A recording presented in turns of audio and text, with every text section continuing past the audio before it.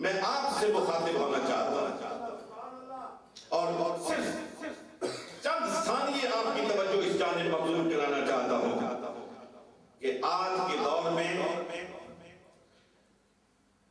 سردار صاحب حضرت پیرزادہ امداد حسین صاحب نے اپنی افتتاحی گفتگو میں ایک بات کی طرف اشارہ کیا تھا، دل کو لگنے والی بات تھی۔ انہوں نے فرمایا تھا کہ وہی لوگ مصلح ہو سکتے ہیں جو وقت کے چیلنجز کو سمجھیں، اس سے قوم کو آگاہ کریں اور پھر ان کا مقابلہ کرنے کے لیے اپنی قوم کو تیار کریں۔